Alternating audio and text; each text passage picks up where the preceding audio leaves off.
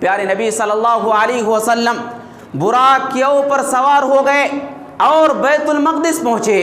بیت المقدس جیسے ہی آپ پہنچے، آپ نے دیکھا کہ انبیاء کرام کی ایک لمبی لائن لگی ہوئی ہے۔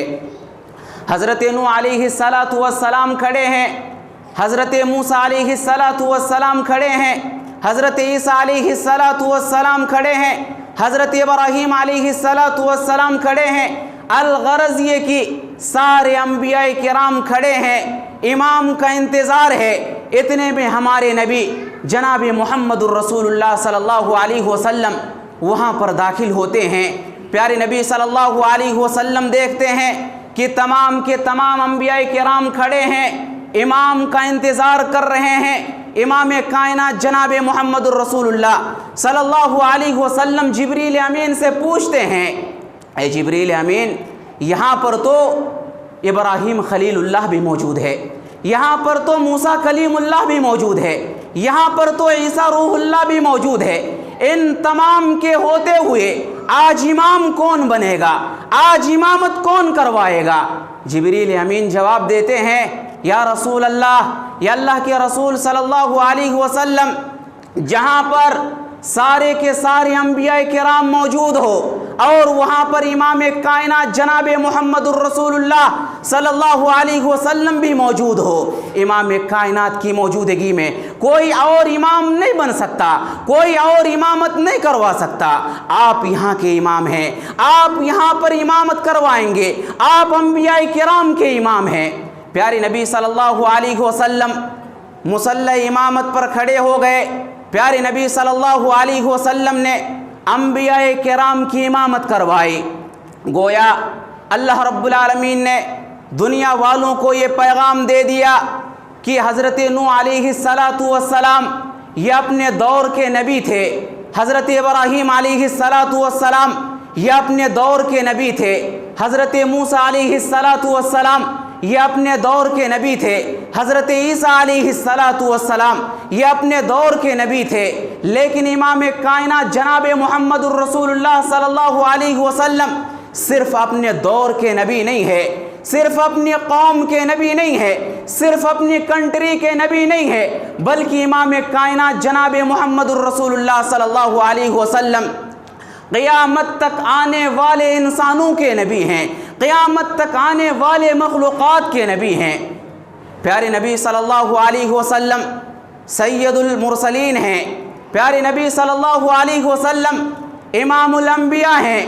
سارے کے سارے انبیاء کرام نے پیارے نبی صلی اللہ علیہ وسلم کے پیچھے نماز پڑھ کر کے پیارے نبی صلی اللہ علیہ وسلم کو اپنا امام مان لیا ہے۔ پیارے نبی صلی اللہ علیہ وسلم نے امامت کروائی، نماز ختم ہوئی، جبریل امین آئے، کہا یا رسول اللہ ابھی سفر مکمل نہیں ہوا ہے، ابھی تو صرف اسراء کا سفر ہوا ہے، ابھی تو صرف زمینی سفر ہوا ہے، ابھی تو معراج کا سفر باقی ہے، ابھی تو آسمانوں کا سفر باقی ہے۔ پھر براق کے اوپر پیارے نبی صلی اللہ علیہ وسلم کو سوار کیا گیا۔ ان الحمد للہ نحمده ونستعینه ونستغفره ونؤمن به ونتوکل علیہ ونعوذ باللہ من شرور انفسنا ومن سیئات اعمالنا من يهده الله فلا مضل له ومن يضلل فلا هادي له واشهد ان لا اله الا الله وحده لا شريك له واشهد ان محمدا عبده ورسوله اما بعد فان خير الحديث كتاب الله وخير الهدي هدي محمد صلى الله عليه وسلم وشر الأمور محدثاتها وكل محدثة بدعة وكل بدعة ضلالة وكل ضلالة في النار فأعوذ بالله من الشيطان الرجيم بسم الله الرحمن الرحيم يا أيها الذين آمنوا اتقوا الله حق تقاته ولا تموتن إلا وأنتم مسلمون يا أيها الناس اتقوا ربكم الذي خلقكم من نفس واحدة وخلق منها زوجها وبث منهما رجالا كثيرا ونساء واتقوا الله الذي تساءلون به والأرحام إن الله كان عليكم رقيبا يا أيها الذين آمنوا اتقوا الله وقولوا قولا سديدا يصلح لكم أعمالكم ويغفر لكم ذنوبكم ومن يطع الله ورسوله فقد فاز فوزا عظيما. وقال تعالى في كلامه المجيد: بسم الله الرحمن الرحيم. سبحان الذي أسرى بعبده ليلا من المسجد الحرام إلى المسجد الأقصى الذي باركنا حوله لنريه من آياتنا إنه هو السميع البصير. محترم سامعین کرام، بزرگان دین، نوجوانان ملت اسلامیہ اور خواتین اسلام،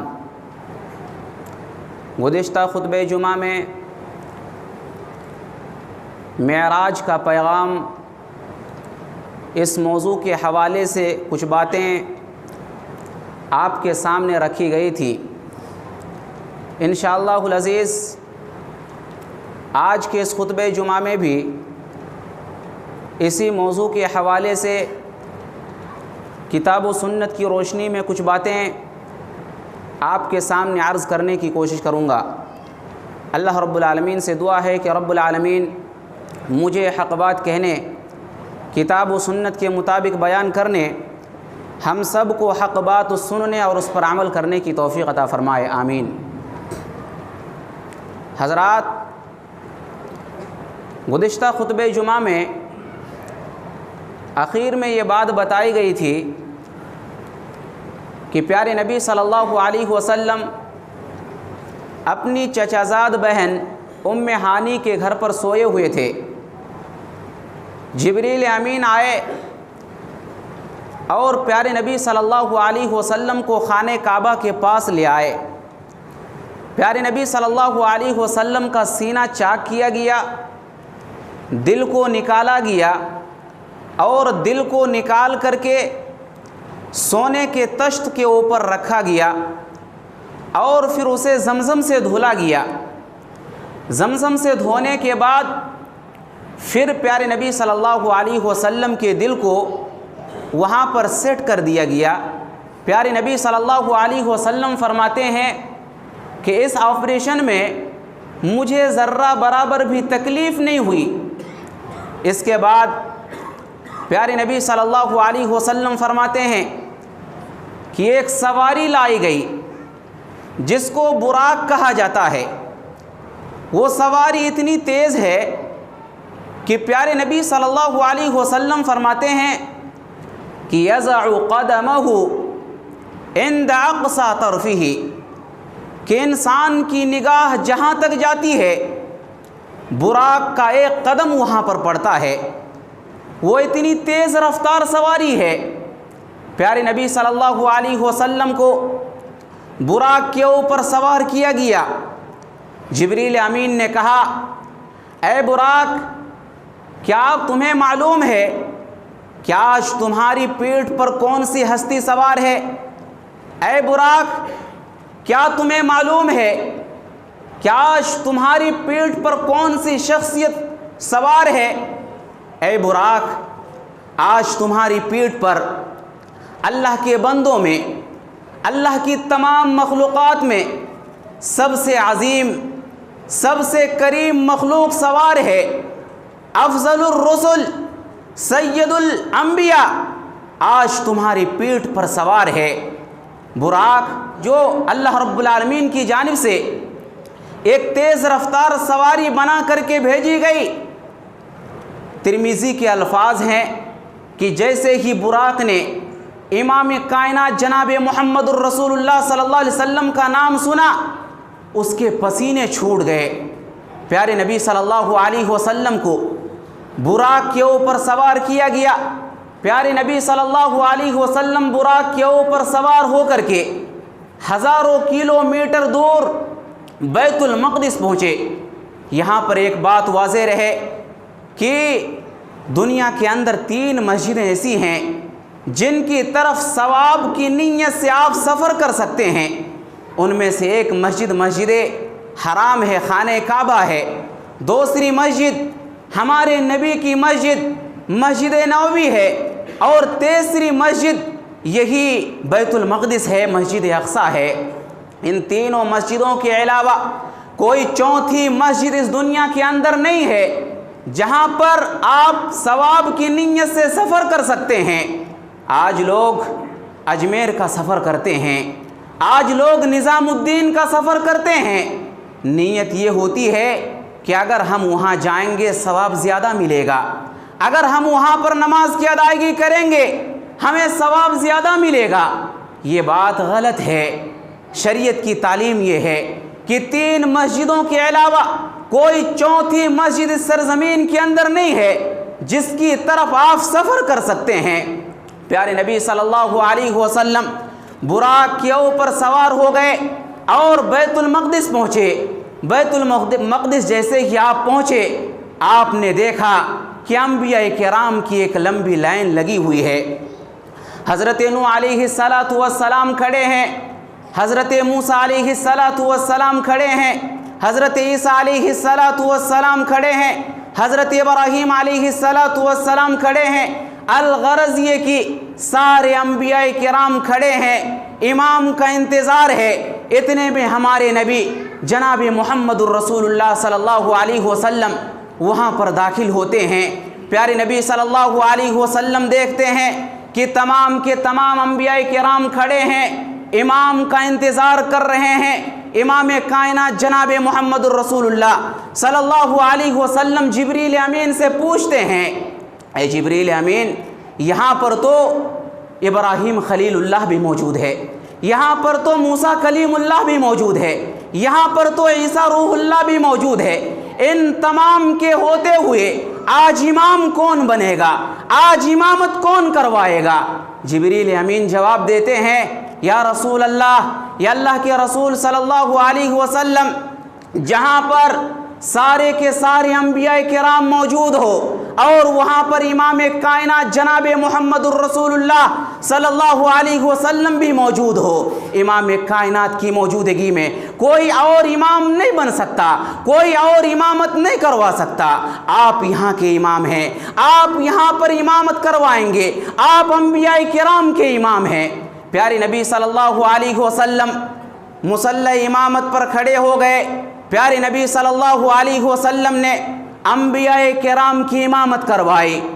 گویا اللہ رب العالمین نے دنیا والوں کو یہ پیغام دے دیا کہ حضرت نوح علیہ السلام یہ اپنے دور کے نبی تھے، حضرت ابراہیم علیہ السلام یہ اپنے دور کے نبی تھے، حضرت موسیٰ علیہ السلام یہ اپنے دور کے نبی تھے، حضرت عیسیٰ علیہ السلام یہ اپنے دور کے نبی تھے، لیکن امام کائنات جناب محمد الرسول اللہ صلی اللہ علیہ وسلم صرف اپنے دور کے نبی نہیں ہے، صرف اپنی قوم کے نبی نہیں ہے، صرف اپنی کنٹری کے نبی نہیں ہے، بلکہ امام کائنات جناب محمد الرسول اللہ صلی اللہ علیہ وسلم قیامت تک آنے والے انسانوں کے نبی ہیں، قیامت تک آنے والے مخلوقات کے نبی ہیں۔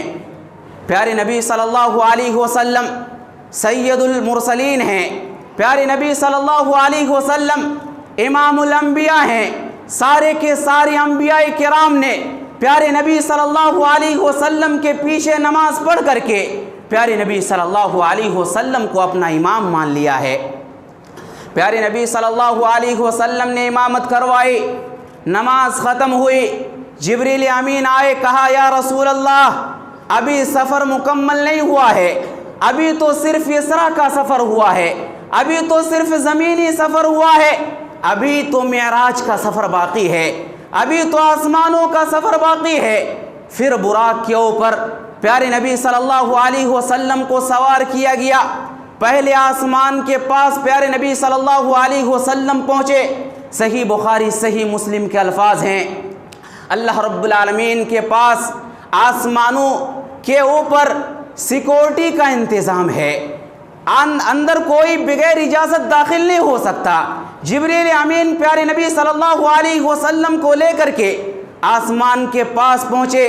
جبریل امین نے اجازت طلب کی، اندر سے آواز آئی، آپ کون؟ جبریل امین کہتے ہیں میں جبریل امین ہوں۔ پوچھتے ہیں آپ کے ساتھ کون ہیں؟ جبریل امین کہتے ہیں کہ میرے ساتھ امام کائنات جناب محمد الرسول اللہ صلی اللہ علیہ وسلم ہے۔ پوچھا جاتا ہے کیا امام کائنات جناب محمد الرسول اللہ صلی اللہ علیہ وسلم کو اللہ رب العالمین کی جانب سے بلایا گیا ہے؟ جواب دیتے ہیں کہ ہاں اللہ رب العالمین کی جانب سے بلایا گیا ہے۔ دروازہ کھولا جاتا ہے، امام کائنات جناب محمد الرسول اللہ صلی اللہ علیہ وسلم اندر داخل ہوتے ہیں۔ پیارے نبی بیان کرتے ہیں میں نے پہلے آسمان میں انٹری کی، میں پہلے آسمان میں داخل ہوا، میں نے اپنے باپ حضرت آدم علیہ السلام کو دیکھا۔ جبریل امین کہتے ہیں یا اللہ کے نبی یہ آپ کے باپ آدم ہیں، آپ ان کو سلام کیجئے۔ پیارے نبی صلی اللہ علیہ وسلم اپنے باپ حضرت آدم علیہ السلام کو سلام کرتے ہیں۔ حضرت آدم علیہ السلام جواب دیتے ہیں اور کہتے ہیں مرحبا بالنبی الصالح والابن الصالح، کہ اے اللہ کے نیک بندے، یا اللہ کے نیک نبی، اے میرے نیک بیٹے، ہم آپ کا استقبال کرتے ہیں، ہم آپ کو خوش آمدید کہتے ہیں۔ اس کے بعد پیارے نبی صلی اللہ علیہ وسلم آگے بڑھتے ہیں، پھر تھوڑی دور جانے کے بعد پیچھے مڑ کر کے دیکھتے ہیں۔ کیا دیکھتے ہیں؟ میں نے دیکھا کہ میرے باپ حضرت آدم علیہ السلام جب دائیں طرف دیکھتے ہیں تو ہنستے ہیں، جب بائیں طرف دیکھتے ہیں تو رونے لگتے ہیں۔ میں نے جبریل امین سے پوچھا اے جبریل امین کیا ماجرا ہے؟ حضرت آدم علیہ السلام رائٹ سائڈ دیکھتے ہیں تو ایسی صورت میں مسکرانے لگتے ہیں، لیفٹ سائڈ دیکھتے ہیں تو ایسی صورت میں رونے لگتے ہیں۔ کیا ماجرا ہے؟ حضرت آدم علیہ السلام کیوں رو رہے ہیں، کیوں ہنس رہے ہیں؟ حضرت جبریل امین جواب دیتے ہیں یا رسول اللہ، یا اللہ کے رسول صلی اللہ علیہ وسلم، جب حضرت آدم علیہ السلام اپنے دائیں طرف دیکھتے ہیں تو حضرت آدم علیہ السلام کے سامنے ان کی اولادوں میں سے کچھ جنتی اولادوں کی روحیں ان کے سامنے پیش کی جاتی ہیں۔ جب حضرت آدم علیہ السلام اپنی جنتی اولادوں کی روحوں کو دیکھتے ہیں تو خوش ہو جاتے ہیں، مسکرانے لگتے ہیں، لیکن جب وہ بائیں طرف نظر کو پھیرتے ہیں، بائیں طرف دیکھتے ہیں تو بائیں طرف ان کی نگاہوں کے سامنے ان کی کچھ جہنمی اولادوں کی روحوں کو پیش کی جاتی ہیں۔ جیسے ہی حضرت آدم علیہ السلام اپنی جہنمی اولادوں کی روحوں کو دیکھتے ہیں فوراً رونے لگتے ہیں، آنکھوں سے آنسو جاری ہو جاتے ہیں۔ حضرات آج ہمیں بھی، آپ کو بھی اپنی اولادوں کی فکر ہے، ہماری اولاد کا کیریئر بن جائے، ہماری اولاد کا فیوچر بن جائے، ہماری اولاد پڑھ لے لکھ لے قابل بن جائے، ہماری اولاد کا بزنس چلنے لگے، تجارت چلنے لگے۔ اگر لڑکی ہے تو شادی کر لے، اگر لڑکا ہے تو بنگلہ بنا لے، گھر بنا لے۔ یا اللہ کے بندو، کبھی ہماری آنکھوں میں بھی وہ آنسو آئے ہیں جو آنسو حضرت آدم علیہ السلام کی آنکھوں میں اپنی جہنمی اولادوں کے لیے آئے تھے؟ یا اللہ کے بندو، اپنی آنکھوں میں وہ آنسو پیدا کرو، اپنی آنکھوں میں وہ آنسو پیدا کرو، اپنے دل میں وہ تڑپ پیدا کرو۔ اگر ہماری اولاد جہنم کے راستے پر ہے، ہماری دل میں یہ تڑپ ہو کہ ہمیں اپنی اولاد کو جہنم کے راستے پر نہیں بلکہ جنت کے راستے پر چلانا ہے اور جہنم کے راستے سے بچانا ہے۔ پیارے نبی صلی اللہ علیہ وسلم دوسرے آسمان پر پہنچے، اجازت طلب کی گئی، اجازت مل گئی۔ پیارے نبی صلی اللہ علیہ وسلم فرماتے ہیں کہ دوسرے آسمان پر حضرت یحییٰ علیہ السلام اور حضرت عیسیٰ علیہ السلام سے میری ملاقات ہوئی۔ میں نے ان دونوں کو سلام کیا، ان دونوں نے میرے سلام کا جواب دیا اور کہا مرحبا بالنبی الصالح والاخ الصالح۔ ان دونوں نے میرا استقبال کیا، ان دونوں نے مجھے خوش آمدید کہا، ان دونوں نے میرا ویلکم کیا۔ پیارے نبی فرماتے ہیں اس کے بعد ہم تیسرے آسمان پر پہنچے، حضرت یوسف علیہ السلام سے ملاقات ہوئی۔ چوتھے آسمان پر پہنچے، حضرت ادریس علیہ السلام سے ملاقات ہوئی۔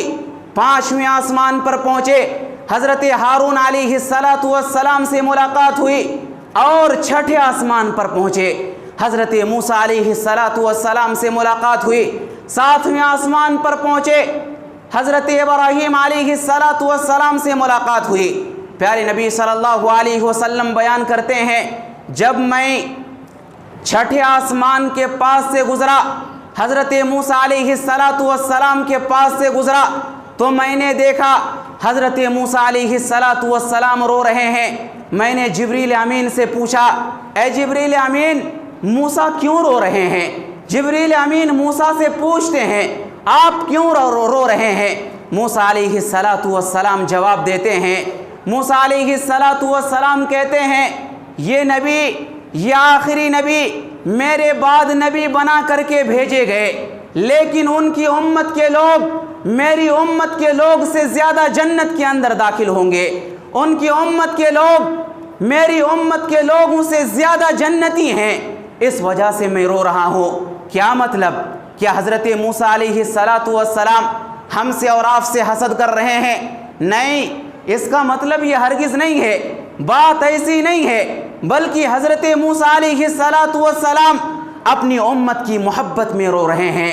ان کے اندر ایک ملال ہے، ان کو افسوس ہے، وہ یہ کہنا چاہتے ہیں، کاش میری امت کے لوگ بھی گناہ کے کام میں ملوث نہ ہوتے، کاش میری امت کے لوگ بھی بچڑے کی پوجا نہ کرتے، اللہ کی عبادت کرتے۔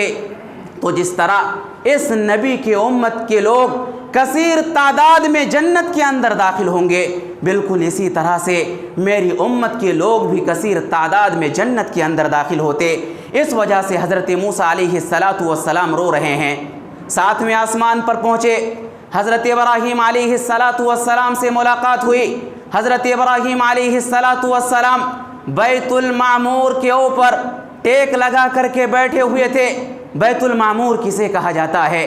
بیت المعمور جس طرح اس دنیا کے اندر خانہ کعبہ ہے، اسی طرح ساتویں آسمان کے اوپر ایک بیت المعمور ہے۔ جس طرح اس دنیا کے اندر جو خانہ کعبہ ہے، انسان اس کا طواف کرتے ہیں، لوگ اس کا طواف کرتے ہیں، بالکل اسی طرح ساتویں آسمان کے اوپر جو بیت المعمور ہے، فرشتے اس کا طواف کرتے ہیں، فرشتے اس کے اندر نماز پڑھتے ہیں۔ پیارے نبی صلی اللہ علیہ وسلم بیان کرتے ہیں کہ روزانہ 70,000 فرشتے اس کا طواف کرتے ہیں، روزانہ 70,000 فرشتے اس کے اندر نماز پڑھتے ہیں، اور جو ایک مرتبہ اس کے اندر نماز پڑھ لیتے ہیں پھر کبھی دوبارہ ان کی باری نہیں آتی ہے۔ حضرت ابراہیم علیہ السلام اسی بیت المعمور کے اوپر ٹیک لگا کر کے بیٹھے ہوئے تھے۔ پیارے نبی صلی اللہ علیہ وسلم نے تمام انبیاء کرام کو سلام کیا، سارے انبیاء کرام نے پیارے نبی صلی اللہ علیہ وسلم کے سلام کا جواب دیا، سارے انبیاء کرام نے میرے نبی جناب محمد الرسول اللہ صلی اللہ علیہ وسلم کا استقبال کیا، میرے نبی کو خوش آمدید کہا۔ اس کے بعد پیارے نبی صلی اللہ علیہ وسلم اور آگے بڑھے، اور جب پیارے نبی صلی اللہ علیہ وسلم آگے بڑھے، ایک عجیب و غریب بیری کا درخت پیارے نبی صلی اللہ علیہ وسلم نے دیکھا، جس کو سدرۃ المنتہا کہا جاتا ہے۔ سدرہ کا معنی بیری کا درخت ہے، اور المنتہا کا معنی جہاں پر ساری چیزیں ختم ہو جائے، جہاں پر ساری چیزیں اینڈ ہو جائے، جہاں سے آگے کوئی راستہ نہ ہو۔ پیارے نبی صلی اللہ علیہ وسلم سدرۃ المنتہا تک پہنچے۔ سدرۃ المنتہا یہ وہ مقام ہے جہاں سے آگے فرشتے بھی نہیں جا سکتے۔ پیارے نبی صلی اللہ علیہ وسلم یہاں پر پہنچے۔ پیارے نبی فرماتے ہیں کہ سدرۃ المنتہا بظاہر ایک بیری کا درخت ہے، بظاہر ایک جگہ کا نام ہے، مگر وہ منظر اتنا خوبصورت ہے، مگر وہ منظر اتنا حسین ہے کہ جس کو لفظوں میں بیان نہیں کیا جا سکتا۔ جب پیارے نبی صلی اللہ علیہ وسلم سدرۃ المنتہا تک پہنچے، جبریل امین نے کہا، یا اللہ کے نبی، یہ میرا لاسٹ اسٹاپ ہے، اس کے آگے میں نہیں جا سکتا۔ جب پیارے نبی صلی اللہ علیہ وسلم سدرۃ المنتہا تک پہنچے، جبریل امین پیارے نبی صلی اللہ علیہ وسلم کے لیے ایک دودھ کا پیالہ لے کر کے آئے، ایک شراب کا پیالہ لے کر کے آئے، ایک شہد کا پیالہ لے کر کے آئے۔ جبریل امین نے کہا یا رسول اللہ، یا اللہ کے رسول صلی اللہ علیہ وسلم، آپ ان میں سے جس کو چاہیں سلیکٹ کر لیں، ان میں سے جو چیز چاہیں آپ پی جائیں۔ پیارے نبی صلی اللہ علیہ وسلم نے دودھ کو سلیکٹ کیا، پیارے نبی صلی اللہ علیہ وسلم نے دودھ کو نوش فرمایا۔ جبریل امین کہتے ہیں یا رسول اللہ، یا اللہ کے رسول صلی اللہ علیہ وسلم، آپ نے فطرت کو چنا ہے۔ اللہ رب العالمین نے آپ کو جو دین دیا ہے، اللہ رب العالمین نے آپ کو جو شریعت دی ہے، یہ فطرت کے اوپر مشتمل ہے۔ آپ کے دین کے اندر، آپ کی شریعت کے اندر کوئی ایسی چیز نہیں ہے جو فطرت کے خلاف ہو۔ فطرت کے تمام تقاضوں کو پورا کرنے والا دین، پورا کرنے والا مذہب اگر اس دنیا کے اندر کوئی ہے تو وہ مذہب اسلام ہے۔ مذہب اسلام فطرت کے تمام تقاضوں کو پورا کرتا ہے۔ اس کے بعد پیارے نبی صلی اللہ علیہ وسلم اور آگے بڑھے۔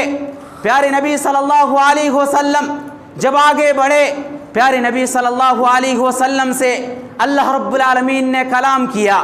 پیارے نبی صلی اللہ علیہ وسلم سے اللہ رب العالمین نے گفتگو کی، اور اللہ رب العالمین نے اس موقع سے آپ صلی اللہ علیہ وسلم کو 3 تحفے دیے۔ پہلا تحفہ 50 وقت کی نماز آپ کے اوپر فرض کی گئی، آپ کی امت کے اوپر فرض کی گئی۔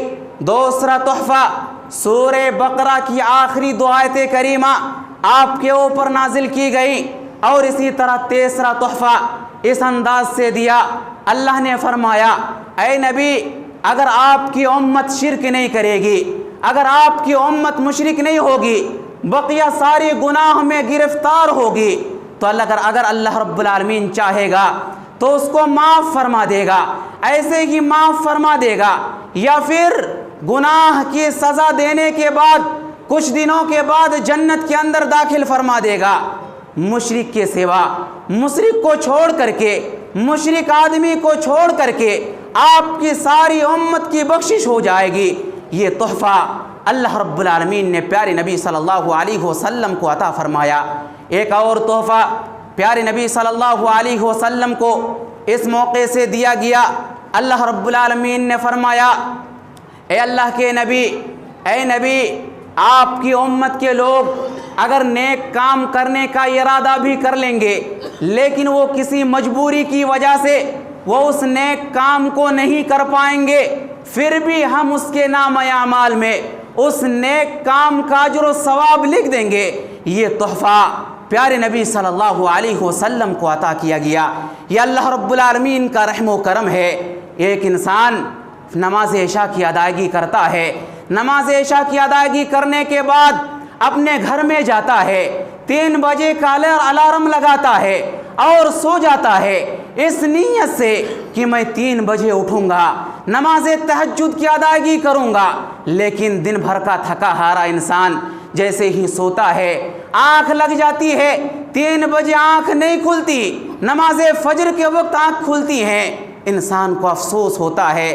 وہ انسان کہتا ہے کاش میں تہجد کے وقت اٹھ گیا ہوتا تو میں نماز تہجد کی ادائیگی کر لیتا۔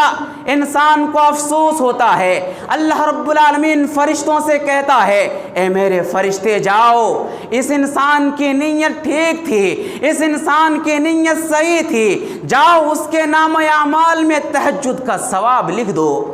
حضرات، یہ نیک نیتی کا اجر و ثواب ہے۔ اس کا پیغام یہ ہے، اللہ رب العالمین نے معراج کی رات تمام انسانوں کو یہ پیغام دیا ہے کہ اللہ رب العالمین انسان کے چہروں کو نہیں دیکھتا ہے، اللہ رب العالمین انسان کی صورتوں کو نہیں دیکھتا ہے، بلکہ اللہ رب العالمین انسان کے دل کو دیکھتا ہے۔ انسان کے دل میں جو تڑپ ہے اللہ رب العالمین اس تڑپ کو دیکھتا ہے۔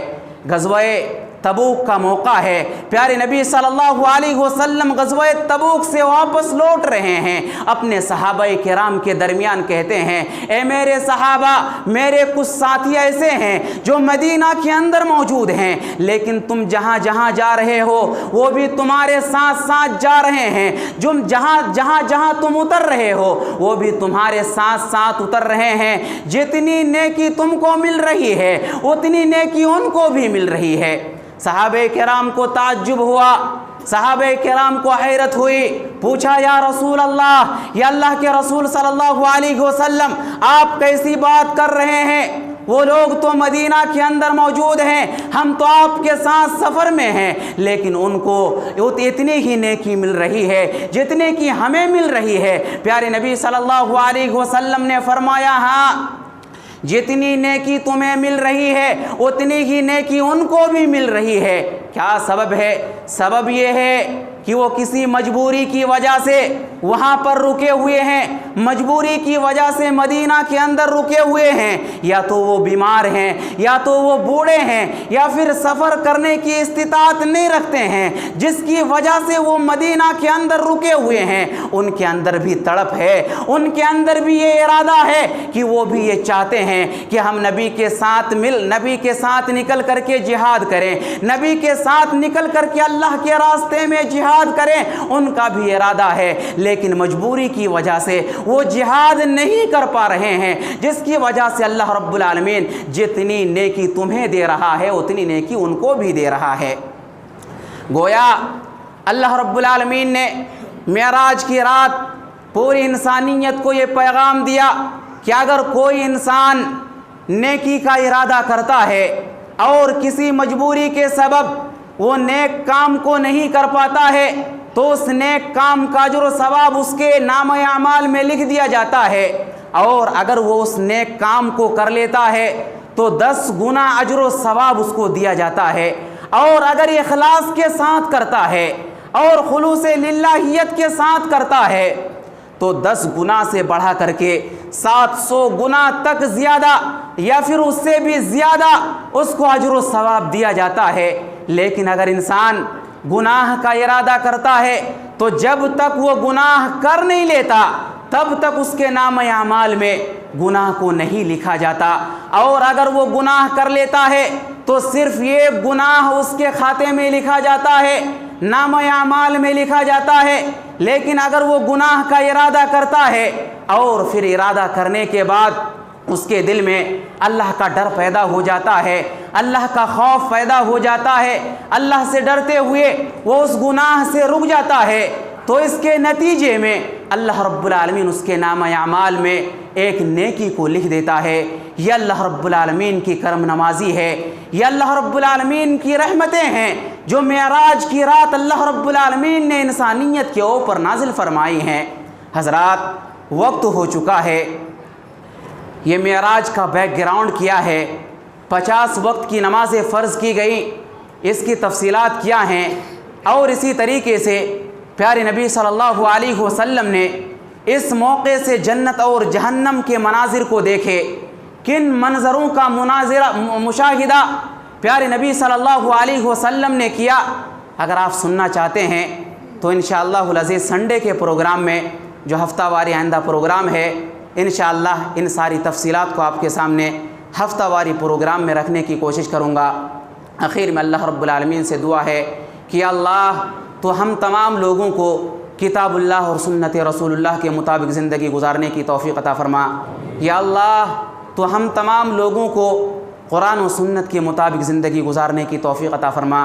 یا اللہ ہم میں سے جو انسان مقروض ہیں انہیں قرض کی ادائیگی کے اسباب مہیا فرما۔ یا اللہ ہم میں سے جو بیمار ہیں انہیں شفائے کامل عاجل عطا فرما۔ یا اللہ ہم جب تک جئیں ایمان پر جئیں، جب ہمارا خاتمہ ہو تو ایمان باللہ پر ہو۔ بارک اللہ لنا ولکم فی القرآن المجید ورفعنی وإیاکم بالآیات والذکر الحمید۔